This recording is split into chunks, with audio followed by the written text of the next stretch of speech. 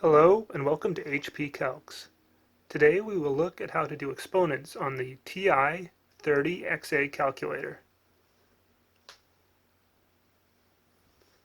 If we want to simply square a number, then we use the x squared button. It looks like this and is located here.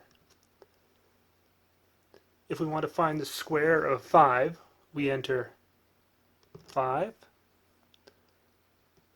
then the x squared button. And we get the answer of 25, which is correct.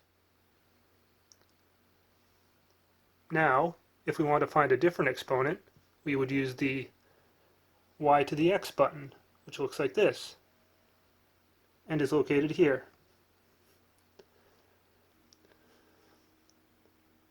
An example of this would be as follows. If we wanted to solve for 5 to the power of 3, we would type 5 y to the x, 3, and then equals. And we would get 125, which is the correct answer. Alright, let's check a few more examples. If we wanted to try 2 to the power of 4, we would go 2 y to the x,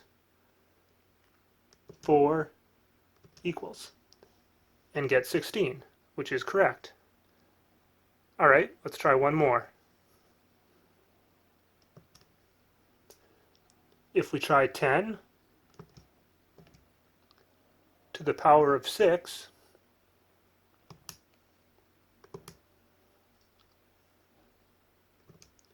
we get 1 million, which is also correct. Alright, I hope this helps, and good luck on those tests.